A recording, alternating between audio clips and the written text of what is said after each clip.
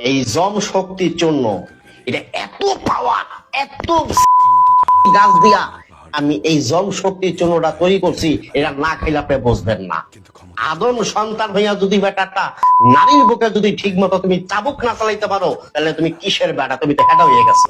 এই দুনিয়াতে পুরুষ বলিয়া তুমি আর কোনোদিন দাবি করিও না। যদি একটা নারীর বুকে যদি ঠিক মতো তুমি যদি অস্ত্র না চালাইতে পারো, তুমি ঠিক মতো চালাইতে চাও, গুল্লি যদি ঠিক মতন টিপে টিপে বাইর করতে চাও, যদি টিউব দিয়ে যদি হাওয়াটারে ফলাইতে চাও, তুমি সেবন করবা জম শক্তির চূর্ণ। এই জম শক্তির চূর্ণ খাবার পরে তোমার থেকে 10 ইঞ্চি লাম্ব হইব, 4 থেকে 5 ইঞ্চি লম্বা মোটা রডের মতো শক্ত, কঞ্চির মতন টাইট। মায়া লোকে পাশে বইয়া হারারে ধরিয়া টিপবো, চাপবো, এটা মুহে নিয়ে চুইব।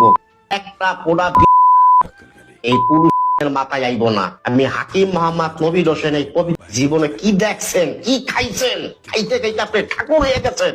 বিশ্বাস করেন না? আপনি আমার এই জম শক্তি চূর্ণটা খালো, মায়া লাগে লাগে 4বার 5বার খেলাইবেন, দুর্বল হইবেন না। গুতাইতে গুতাইতে পানি এক রাইতে 3-4 বার ভাঙবেন। এটার নামই জম শক্তি চূর্ণ। এটা খাবার পরে 40 থেকে 50 করবেন, 4 থেকে 5 করবেন, ক্লান্ত হইবেন না। এই জন শক্তি চূর্ণটা আমি হাকিম মোহাম্মদ নবীর হোসেন বহুত গাছ রিসার্চ করিয়া, গবেষণা করিয়া, এই পবিত্র কোরআনের থেকে একটা গাছ বাইর করিয়া আমি এটা ভিতরে দিছি।